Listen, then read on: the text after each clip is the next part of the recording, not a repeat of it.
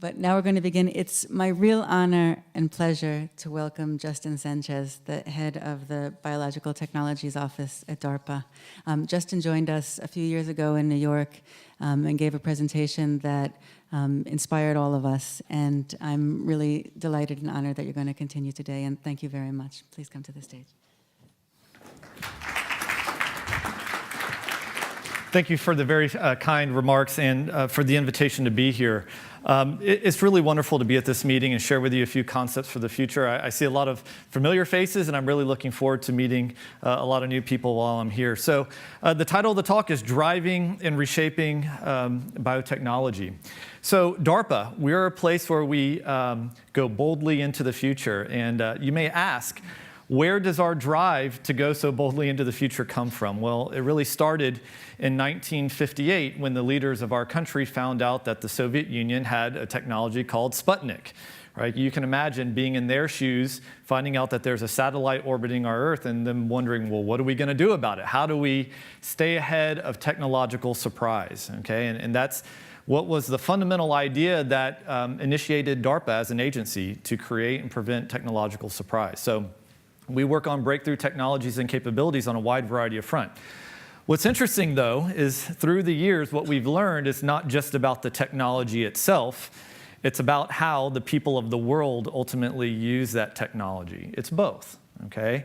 And as we think about biotechnologies for the future, we've got to consider both of those. But before we do that, let's just look back in history at some examples of a few technologies that had their roots at DARPA that did make their way into everyday life. And the most common example of that is the device that you may have in your pocket, your smartphone. You may or may not know a lot of the technologies that are in that smartphone had their roots in DARPA. So the GPS system, the accelerometer that allows you to rotate your screen and it orients properly, the battery systems, and then Siri, right?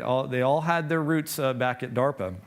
And it was only when those kind of fundamental engineering challenges get coupled together with new instantiations of technologies that the broader aspects of society could use, do we start to see them ultimately flourish.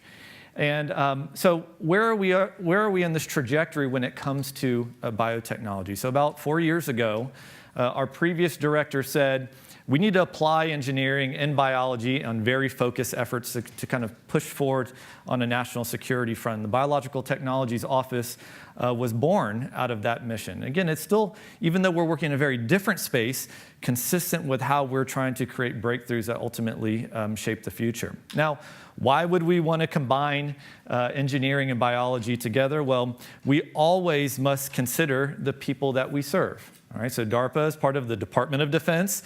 We serve military personnel, and if you've ever had a chance to meet somebody who's serving our country, they have to learn complex systems. They need to learn complex tasks. They're under extraordinary stress. They have to go to places that no human would ever really want to go. And it's really highlighted by some of the images on the screen. And we are thinking about breakthrough technologies that can help military personnel deal with all of these challenges. What's interesting, though, is that even though we're a couple of years into our endeavors in biological technologies at DARPA, again, we are going to see these technologies not only serve the DoD front, but it's also going to serve the broader aspects of society. And not a day goes by that we see one of these stories on our news feed, right? Pick your favorite pathogen. It seems like it's a nonstop threat of every new pathogen coming in and hitting our shores.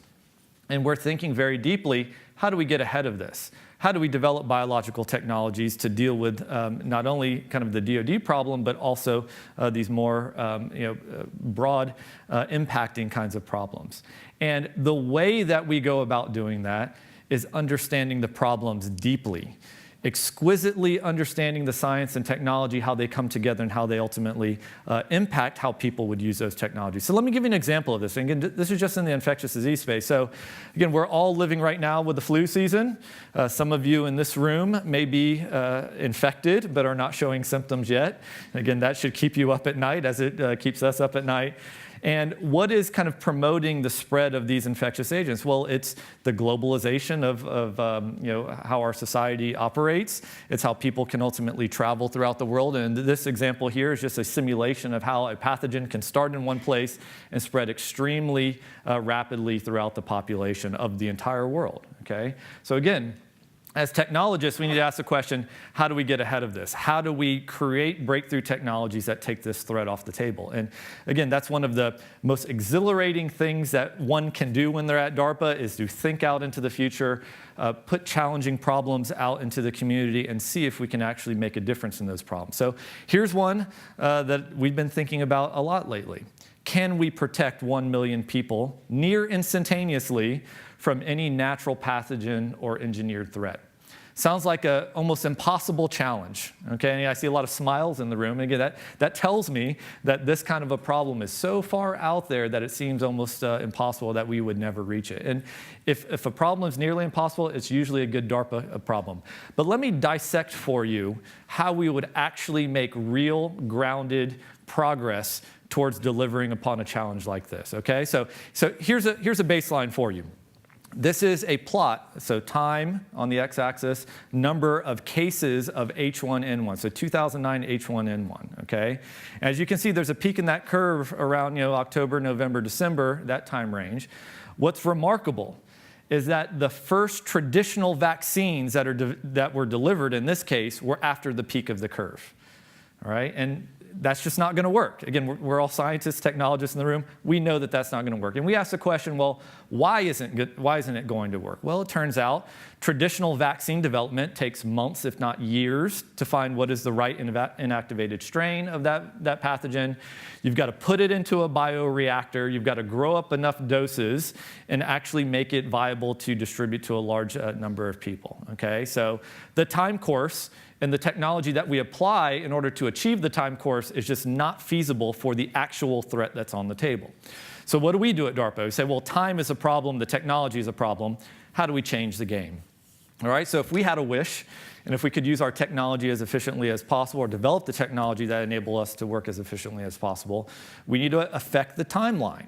So we need to identify viruses earlier. We need to, let's say, find what is it about the genetic code of that either intervention or the virus itself that we could do something about. And if we could develop a more either potent or effective therapy, let's get it to people before the peak of the curve. All right, so this is what we aspire to do. And I'm going to share with you today some huge breakthroughs that we're making at DARPA to actually make this happen. Okay, so first off, what's the earliest part of the time course that we need to figure out? Well, we need to understand if people are infected as early as possible. So we're working on a few breakthrough technologies. These could be either minimally invasive or completely non-invasive sensors that you could allow people, maybe even at home, to determine if there's something different happening in their physiology that predicts or indicates whether they're infected or not.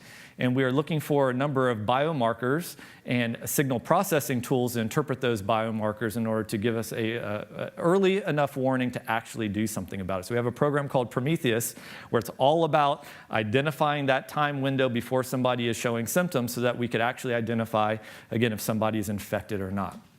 Now, a lot of you here come from industry. You know that there's a huge spin around sensors. It's not the sensors that make the difference. It's what you do with the data. It's how you respond to that information that really changes the world, okay? So the second part of the story that I would like to share with you, and again, it's not just enough to know if somebody's infected or not, it's what do you do about it? So I mentioned traditional vaccine development is just infeasible for how the actual biothreat operates. So we have another new program that we've been developing, what are called gene-encoded approaches for therapeutics, okay? And let me just kind of walk you through the fundamental idea, okay? So at the highest level, instead of growing up vaccines in bioreactors and giving somebody a shot with an inactivated virus and letting their immune system kind of take weeks to respond to that, we say, can we instruct the cells of the body directly with the code that they would need in order to produce the right, most potent antibodies in order to protect that individual? So again, it's develop a DNA-encoded antibody, you inject that, you somehow deliver it to the cells to create those antibodies.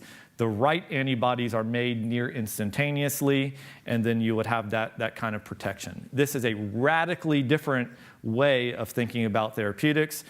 We have a program called ADEPT that proved out some of this technology, that it's not just an aspiration, that we actually understand how it works. And let me show you some hot off the press results that it does work, okay? So we did a challenge study. So first in mice, again,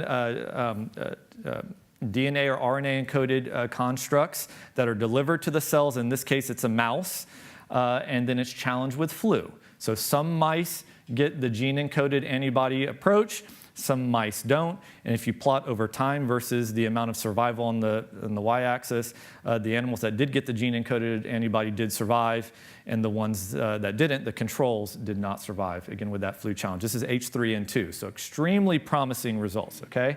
Now, you may be thinking, all right, that's flu. Well, what about some of the other more challenging pathogens that I showed you on those magazine covers? Well, we also did it for Ebola.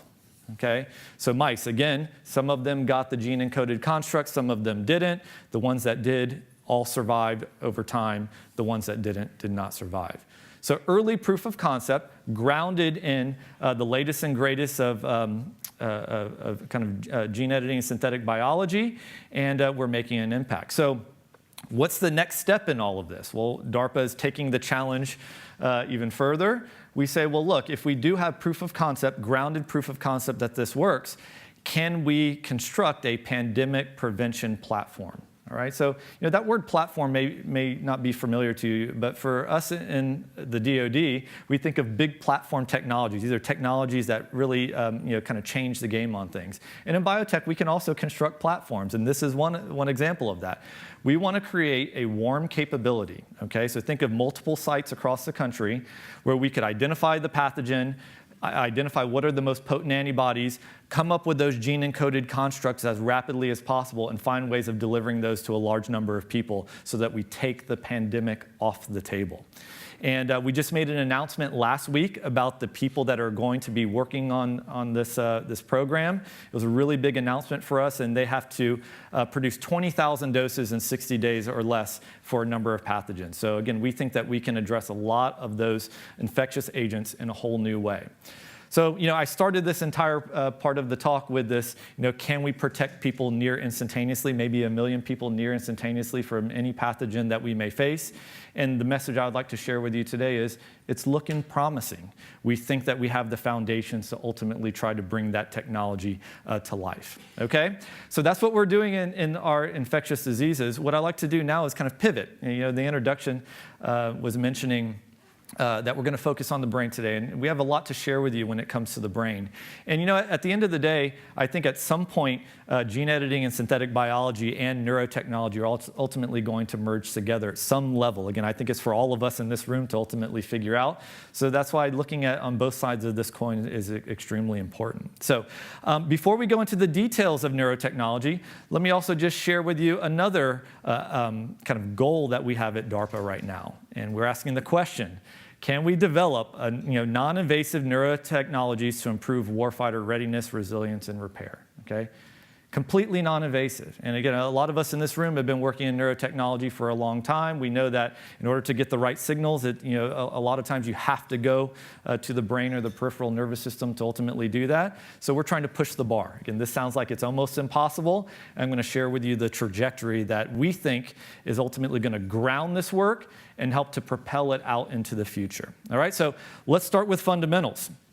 So first off, when I think of the brain, I don't just view it as that 3 pounds of goop between your ears, this black box between your ears.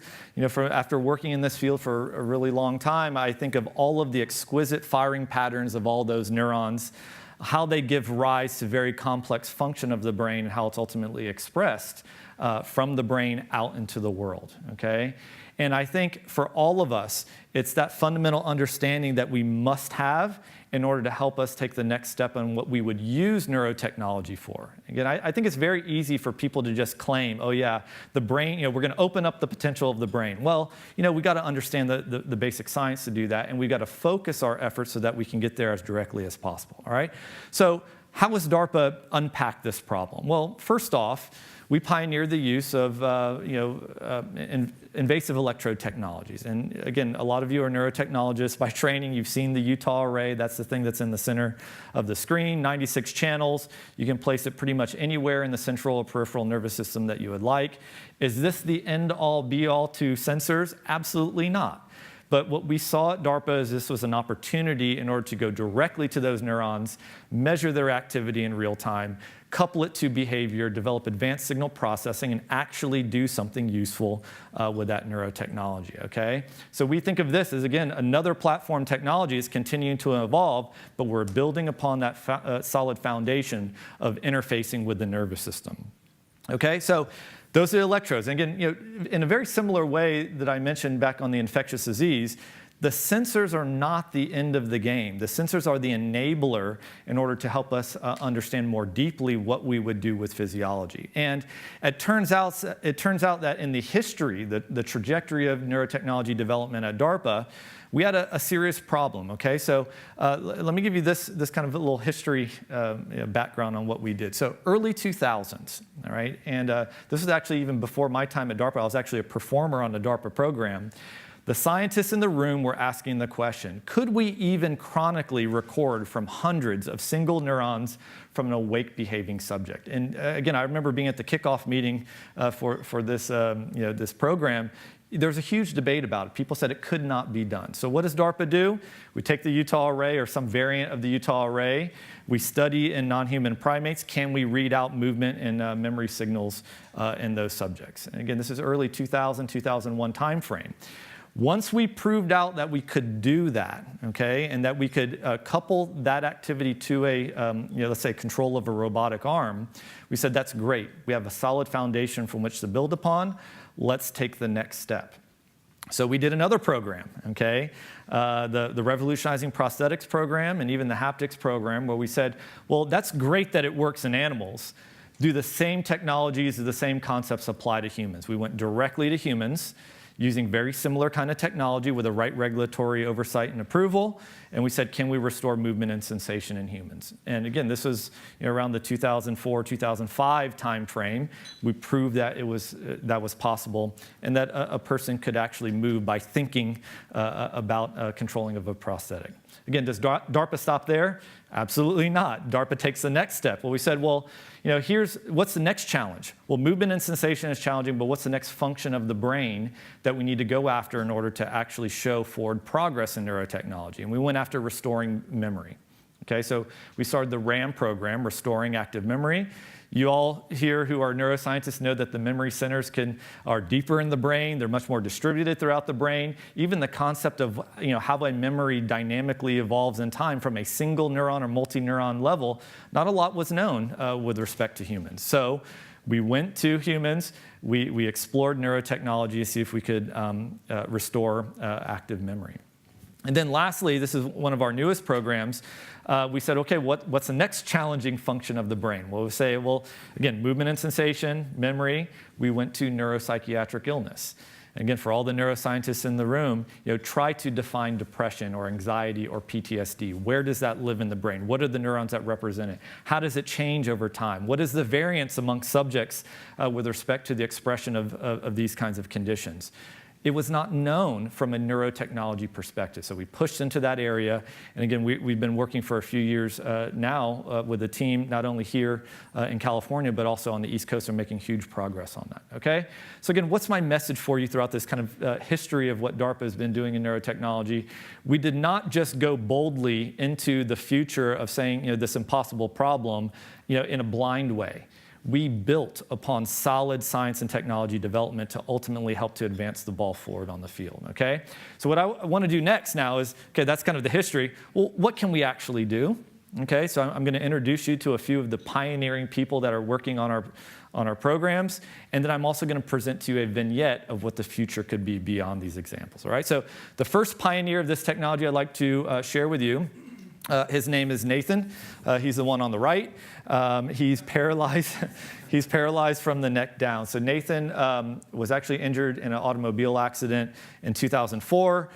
He was a college student at the time. He was studying nanotechnology, and when he saw the call to participate on our programs, he said, "Look, this is something that he would really like to do." He's a technologist and really interested in all of it. So Nathan volunteered to have a brain surgery, and he had those same Utah arrays that I described to you placed in his motor cortex and in his sensory cortex. And as you can see on the screen, there's a little, the interface to that neural interface.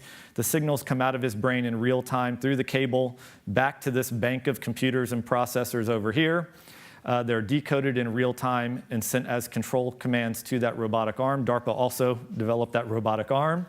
And through just thinking about it alone, he was able to shake hands with our former president. Okay? So again, a lot of people aspire to do neurotechnology, but to actually show a closed-loop demo with the President of the United States shows the level of advancement that we've been able to actually achieve on these neurotechnology. This is real, okay? Again, there's a lot of neurotechnology that's out there that's not real. This is real. The other amazing part of all of this is that we also put sensors on the fingertips of the robotic hand. So as President Obama shook hands with Nathan, the signals went back from those force transducers, back through the bank of computers, back through the cable, and actually stimulated Nathan's sensory cortex, and he was actually able to feel the president shaking hands with him. Okay, so we've made quite a bit of progress from those early days in the 2000s when we were even asking questions, could you record from the brain at all? So let me just show you what Nathan can do with this robotic arm. So this is him. Nathan's on the bottom right there, again, controlling the robotic arm just by thinking about it, and he's building. Okay, so he's kind of stacking these cones. He's moving from one location to another and kind of building this three-dimensional construct. All right, this also shows the ease of use of that robotic system, how naturally he can use the robotic system, and what he can actually do with his brain, even though that his body is stuck in that wheelchair. Okay, so Nathan can build with his brain. So Nathan, in addition to being a technologist, is also a gamer. So we asked Nathan, what else do you want to do? He says, I want to fly an aircraft. So being DARPA, we gave him an F-35. So this is Nathan flying an F-35 over Las Vegas. And what's the interesting thing about neurotechnology is that we can remap his neurons onto virtually any control surface of that aircraft, right? It's, that's the beauty of neurotechnology, is that brain to function mapping is really what the artificial intelligence can do for you. So Nathan changed his perspective of the world by flying this aircraft. He told us very kind of liberating for him. He's stuck in his wheelchair, but doing something like this kind of opens the day up for him. And kind of at the very end, he started having a little fun. He did a barrel roll at the end, So again, he's not just flying, in this kind of stereotypic way. He can do it in virtually any way that he wants to. Okay, so that's what Nathan can do today: build with his brain, change his perspective of the world using this virtual interface. So what I like to do next for you is share with you a vision of the future. Okay, so this vision doesn't exist today, but it's something that we may think about neurotechnology impacting. Okay, so in this particular video, this is an architect, also paralyzed from the neck down, lost control of his hands. And he needs a new way to communicate with his drafting software. So maybe through his neural interface, he can change the position and orientation and perspective on a new building that he's trying to construct. Maybe he can communicate with a colleague out in the field. Maybe they can architect buildings in completely different ways just with his neural activity alone. Okay, so again, this does not exist today, but I hope that you can see the foundations that we're laying today may propel us to this future. And it's extremely exciting, and I hope that all of us can try to get there. All right? So that's Nathan. The next person that I'd like to introduce you to is another pioneer in our programs. His name is Doug. Okay, so Doug, you can actually see his residual limb that's on the far right side of the screen there. So Doug was injured in an electrical accident, actually lost both of his limbs. Okay, and this was a number of years ago, nearly 25 years ago. And Doug volunteered to have that Utah array not implanted into his brain. It was actually into his peripheral nervous system, so the nerves that are on his residual limb. And what did we do with Doug? Well, we tested the possibility of using his nervous system to interface with this virtual reality to control a virtual hand and touch a virtual door. Okay, so this is what Doug can do with his neural interface.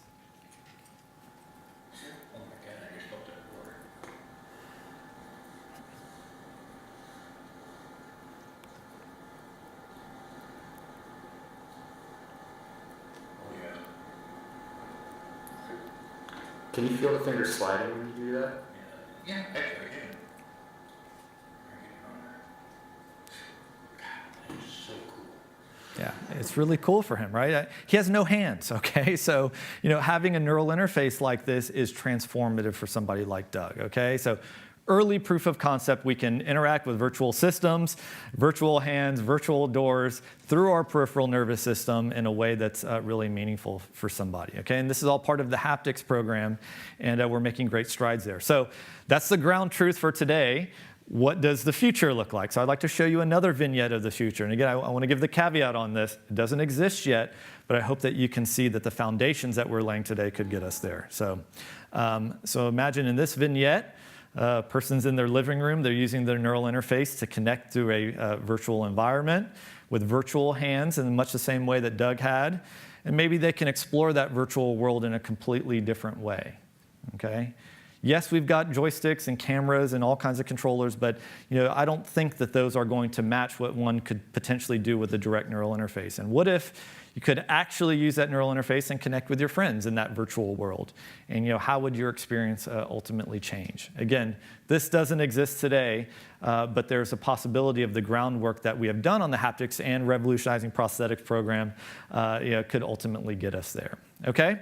So that's the second person I'd like to introduce you to. The third person I'd like to introduce you to, I can't share with you his name, but he was actually in the clinic undergoing evaluation for epilepsy surgery. Okay, so for those of you who don't know, there are a lot of people that are living with medically intractable epilepsy, so no medications can cure their condition.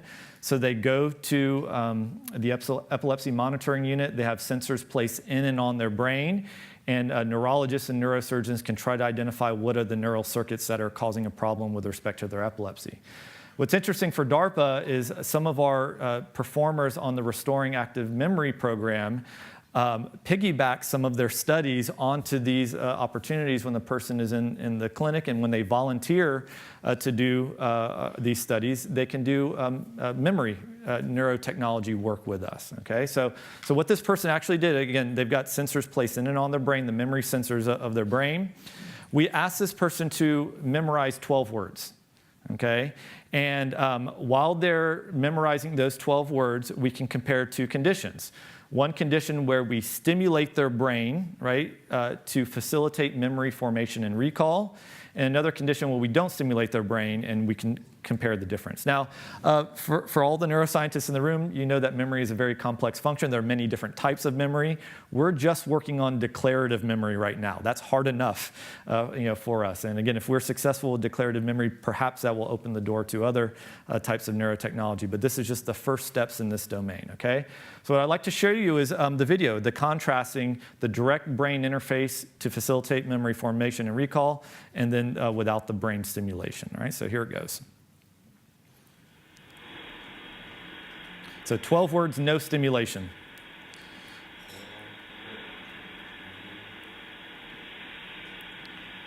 So we got through 3 of the 12. He's having a hard time. Does the old face palm. We've all experienced this, right? Now with stimulation.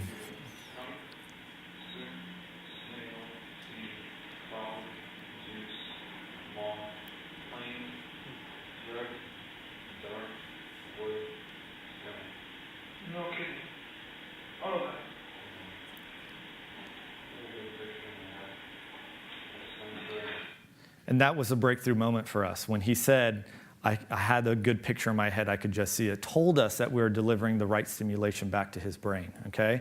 So, this may seem like a one-off video to you, but the University of Pennsylvania team that was working on this just did a press release over the last couple of weeks, with their scientific paper that supports in a large number of subjects what they're actually able to achieve. So again, foundational work in this, grounded in real science and technology development, grounded in real human responses to using neurotechnology. That's my, the strongest message I can give to you today is that if we're going to push forward in neurotechnology, we must have examples like this, okay? So that's invasive neural interfaces, and I told you at the beginning of this talk, we also want to push into the non-invasive space. So let me share with you one result that we're doing also in memory that's completely non-invasive. So we asked the question, after seeing results like this, could we facilitate memory formation and recall in healthy human subjects without brain surgery? And again, back to that comment that I made, in order to do this well, you have to understand how the brain works, and you've got to leverage certain properties of the brain in order to actually get to the function that you want. So the element that we studied was the replay function, okay? So again, many of you may or may not know that when you go to memorize certain things, that your brain has this replay function. It often occurs during sleep, where certain neurons replay the activity that you had while you were learning certain kinds of tasks, right? And this is kind of shown in this diagram here. There's 3 tasks. This is supposed to represent the 3 different types of neural activity. And the concept that DARPA explored is, while a person is sleeping, could you reactivate certain replays in order to reinforce or consolidate that memory in a functional way, okay? So we went after doing this, and again, very early result here. We had a person do a virtual navigation task, so 3D virtual environment, navigate to a certain location in that 3D environment.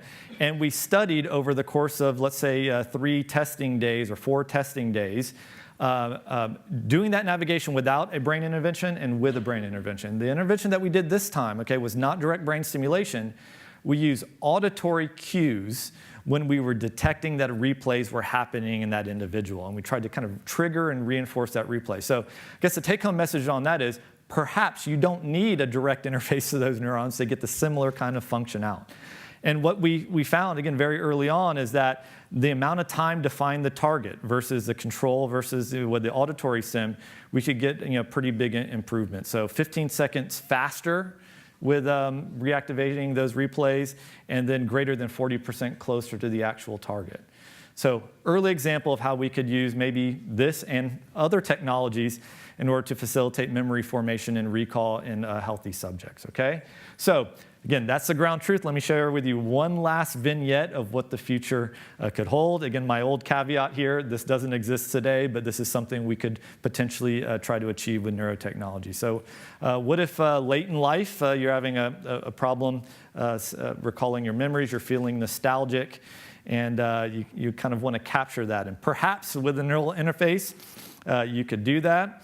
You could capture some really important events that happen, maybe your first date, the time that you proposed, or the birth of your child. And what if you could capture that and share that with your family and friends? It could potentially change the way that we save and share our family history. Again, doesn't exist today, but we're so inspired on what our neurotechnology that we're doing today could ultimately open up in the future. Okay, so with that, I'd just like to share with you one final message, okay? Without a doubt, whether we're working in neurotechnology or gene-encoded approaches for infectious disease, they come along with a lot of ethical, legal, and social implications. And one thing that we always do at DARPA is that we address those issues early and often as directly as possible. It's our mission and it's our agency's goal to push through breakthrough technologies. But those questions about who has access to neurotechnology, is it a right or a privilege, is neurotechnology the same as getting braces or not? We don't know yet. These are all questions that all of us in this room are going to have to address, and it's our duty and it's our responsibility to really go after that and do it in the best way possible. And some things that may come up for you and others, will this technology change the way that I interact with people? Perhaps. Is this just hype or the results so well understood? Again, one of the things I tried to share with you, we're really grounded in the science and technology.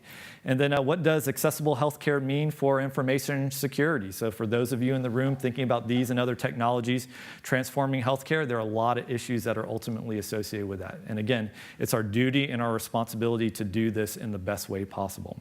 So with that, I'd just like to wrap this up and say thank you so much for having me. There's a bright future in front of us, and I think that we can all pioneer in that together. Thank you so much.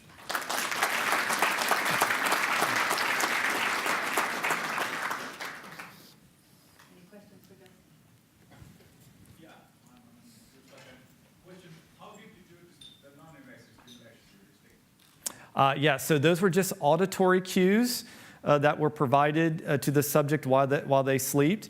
And we tried many different variants. So let me give you just kind of a spectrum of what we tried. So we just tried intermittent audio cues. We tried audio cues synchronized with brain EEG recording to see if we could identify replays and trigger there. We did try non-invasive brain stimulation to see if we could trigger different types of cues.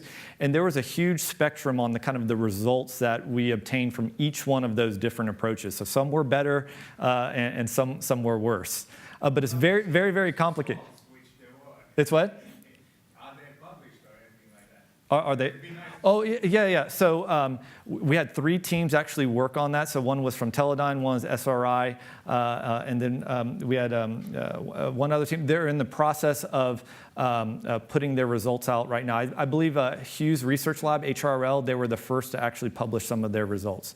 The other place that you can find out more information, if you go to the DARPA webpage and just look up the RAM replay program, it has all of the people that we supported to do that, and you can go to their websites and it's freely available to check out. Okay. So out of the future states that you showed, which ones do you think are going to catch on the soonest?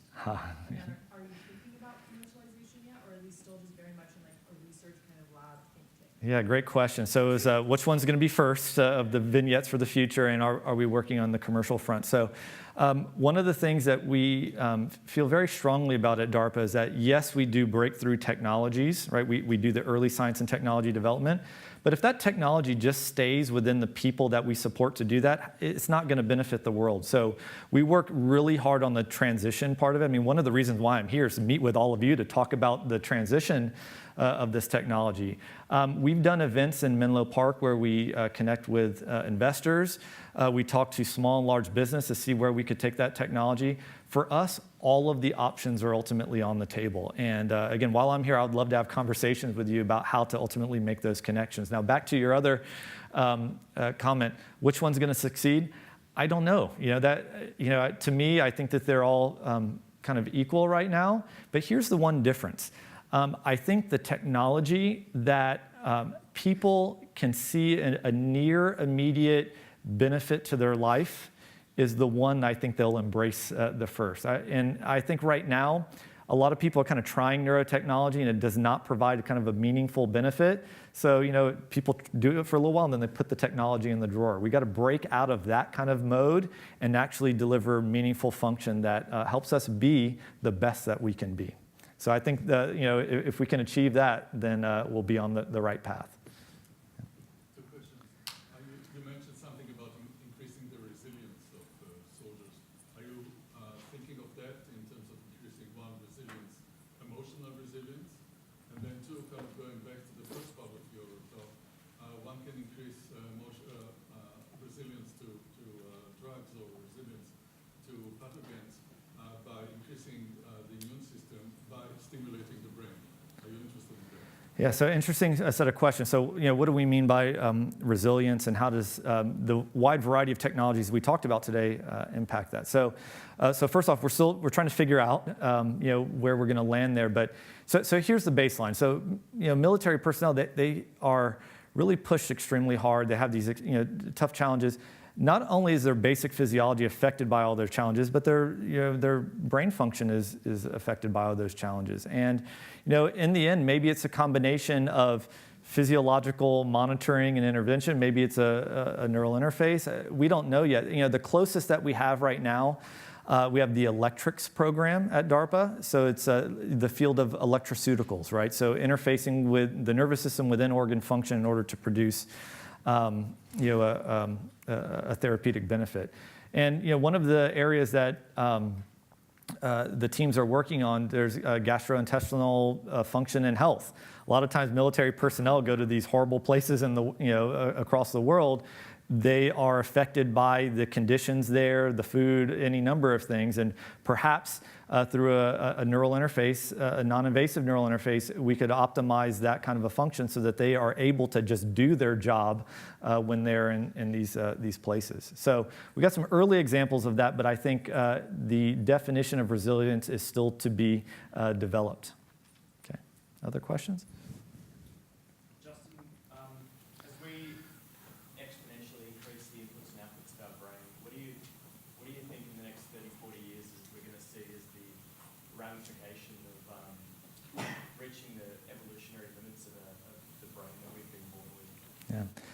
So, Tom, tough question. Just to repeat, it was thinking about the number of inputs and outputs, and how is that going to kind of affect us as humans. So first off, at DARPA, we do kind of have a golden rule. We don't project 30 and 40 years. We try to do a number of years in the future, but not that far. Here's just one perspective, and I know that this is a really interesting topic. A lot of people are thinking deeply about AI, artificial systems, right? Or developing machines that are more autonomous in nature. And I find it very interesting we're having that conversation in addition to having neural interfaces where we're trying to allow the brain to connect with any number of devices. I think that overall, humans have always been great tool users, right, since the dawn of time.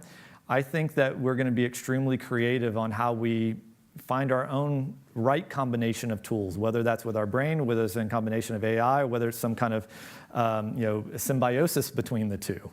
But that story, I think, is yet to be written. Here's just one other kind of little perspective to go along with that.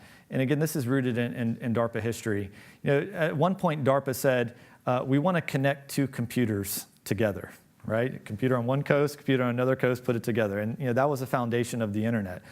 I don't think that any of those people at that time could have predicted or even imagined, what we have done with the internet today. And one of the reasons why I kind of always finish this talk on the kind of the ethical, legal, social implications, because I think that future and how it's written and how it unfolds, it really is not going to be up to DARPA. It's going to be up to all of you in this room. It's going to be how you all leverage this technology and ultimately bring it either to the commercial world or to the medical world or any combination. So that's why I think that we must have a very rich dialogue as we go through all this in the future. Just had a quick question. So we're sitting in a place that innovation has been built on the backs of like literally tens of thousands of developers over time, certainly in the software world. Do you see a pathway to sort of democratizing some of that core research and development to accelerate some of the efforts in this space? In particular, it seems like a lot of this is locked into clinics and surgical suites right now, but is there a pathway to open it up to more people just to get into it? Yeah, great question. So the question was about democratization of some of these technologies. And we've been thinking a lot about how biotechnologies are democratized. And let me give you two ends of that spectrum. So first off, on things like gene editing and synthetic biology, that's an example where the democratization is everywhere, right? So, high school students can get access to CRISPR kits, for example, right? So, and what people do with that, there's a lot of debate over that right now. On the neurotechnology side of things, perhaps the democratization has not been as big. And perhaps that's due to, a lot of the more functional side of this requires a brain surgery. And there's only a handful of people, in the world that, have medical licenses and, can actually do those kinds of things. So that's why, when I started the neurotechnology side of it, I put this aspirational goal there is if we can make truly non-invasive neurotechnology that has similar resolution to that we get with invasive technologies, and the commercial world has access to that, and the scientific world has access to that, and anybody that wants it could have access. I think that's going to be the game changer in all this. And again, just one kind of early precursor, we're getting ready to announce a new effort in the non-invasive neurotechnology space. So stay tuned to that for that. And again, if we are successful, I think it's going to directly address the issue that you bring up. Okay. You mentioned the importance of the ethical and legal and social considerations, and I think you've heard that a lot from several of the other speakers. So is DARPA doing anything specifically around that right now, or is it absolutely. that conversation forward? Yeah, so one of the things that we did, before we got into all this space, we knew that there were going to be those issues. So we reached out to ethicists in not only the gene editing and synthetic biology space, but also the neurotechnology space, and we set up what are called LC panels. Okay, so these are just people that they volunteer to talk to us, and they provide insights to any LC issues that we have. And again, this is how we engage with them. So even if a program manager is starting to just bubble up an idea, we'll go to somebody who's an expert in those issues and say, hey, we're thinking about these ideas. what should we be concerned about? What are the issues from your perspective? And we kind of incorporate that, and we think of how we shape the effort moving forward. Those people also, they can come to our review meetings. They work with the National Academy of Sciences, AAAS, to do studies on LC issues. So there's a lot of activities that we do with them to kind of explore this area. Okay, there was another question over here. Yeah. So these technologies are outstanding for restoring neuropsychiatric health. Uh-huh. My question is, if you had a rogue player, they could also destroy health. And so I'm wondering, what are you looking at for designing security into the system? Yeah, so the question was about security and how could they be used in any number of ways. So one of the things that does come out when you start doing advanced technologies like this is that any of these technologies could be used for good or for ill. And I broadly say that that's not only biotechnology, virtually any technology can be used in a number of ways. So as a part of our, let's say, RAM program, for example, there was a component that had to have safety and security built into the approaches that the teams were going after. But that's one layer of all of this. Yeah, I think that as those technologies mature, and as, let's say, the commercial world gets a hold of them, they're going to have to put on additional layers of safety, of security, in order to make sure that those devices operate in the way that they were intended. And again, I really would like to share with this audience, it's all of our responsibility to do that. And we do have regulatory agencies that help in this regard, right? They put certain standards and norms that are in place. But I would encourage all of you that not only look at those standards of norms, but try to think about what is the right thing to do, right? As you're developing those technology, what do you think is the right thing to do? And, have the conversation about it. And I think if we proceed in that way, we can try to steer these in a direction that we all aspire them to ultimately go. Okay? Good.